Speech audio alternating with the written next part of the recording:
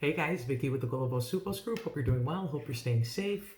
So last week I spoke to you guys about investing in commercial real estate, the pros and cons, and if it's something that you think is good for you. But before I jump into how to invest in commercial real estate, it's important to understand that there are various types of commercial properties.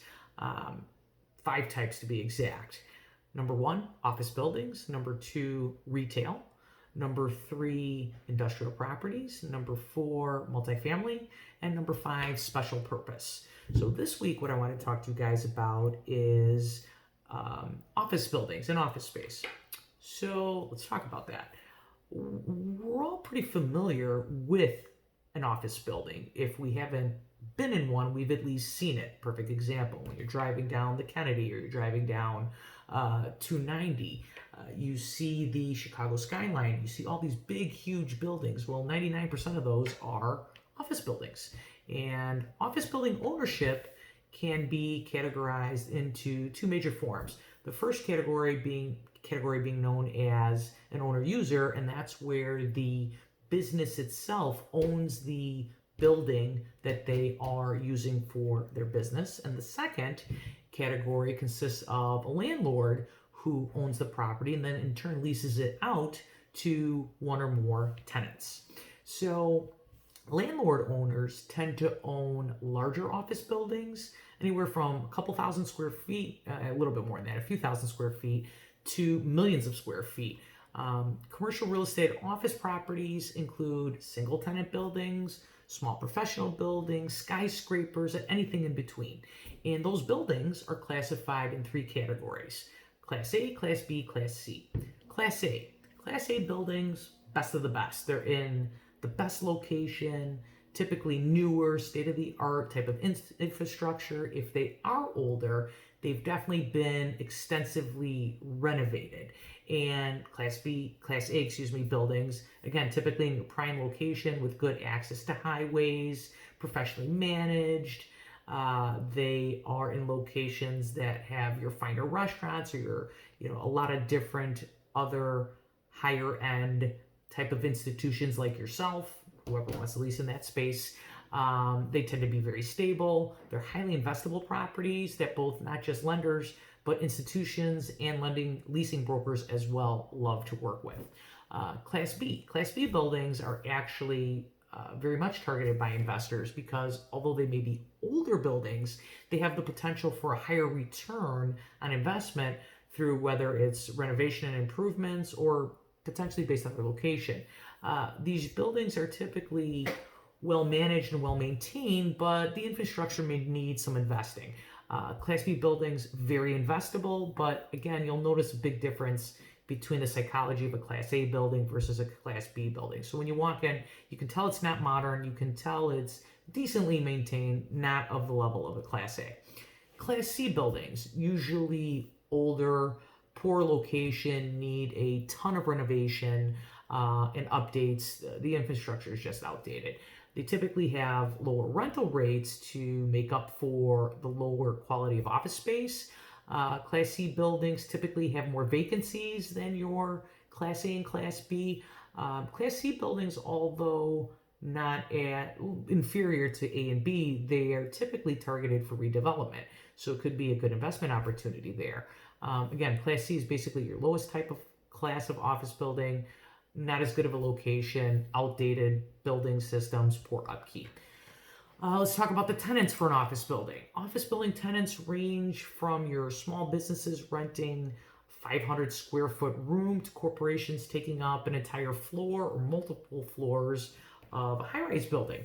In a well-run, well-maintained office building, there's typically a good mix of larger and smaller tenants, with at least one major tenant signing a longer term contract. We call those anchor tenants. So what an anchor tenant provides for the landlord is stability, a good credit rating, and it enhances the prestige of the building. And what that does in turn is it drives these smaller tenants who may not be as stable financially as these guys, but a good business that wants to be in that building by association. So in other words, you got, let's say Google takes up 99% of a building.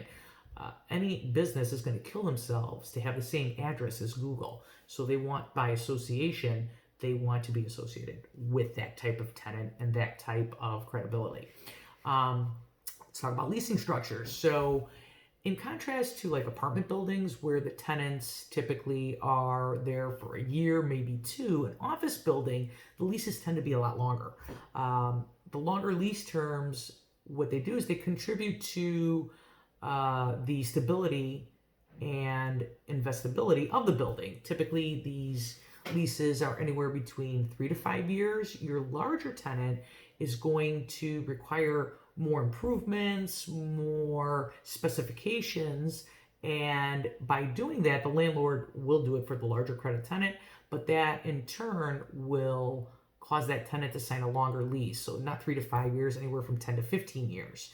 So some leasing structures for these types of tenants, or any type of tenant actually, there's your gross lease, which that means the landlord pays for all the expenses of operating the building, your utility, your cleaning, your real estate taxes. So it'll be a flat rate, but it'll include everything. That's a gross lease. And again, very broad term. The other type of lease is known as a triple net lease. So what that means is the tenant pays for everything. Gross lease, landlord pays for everything. Triple net lease, tenant pays for everything. What does that mean? So they pay a lower base rent, but then they're paying for all the utilities. They're paying for all the taxes. They're taking care of any kind of operational expenses. Again, that's a little easier on the landlord, but the bad thing about that is if the tenant decides not to do the upkeep and not pay those things, then the landlord's on the hook. So in the past, office buildings have been a great investment. I feel they still can be a great investment. But with everything that's been happening now in our time with, Corona, the stay-at-home, work-from-home experiment we're going through, a lot of these office spaces, when they do allow people to start going back regularly, they're going to be empty and kind of rendered useless.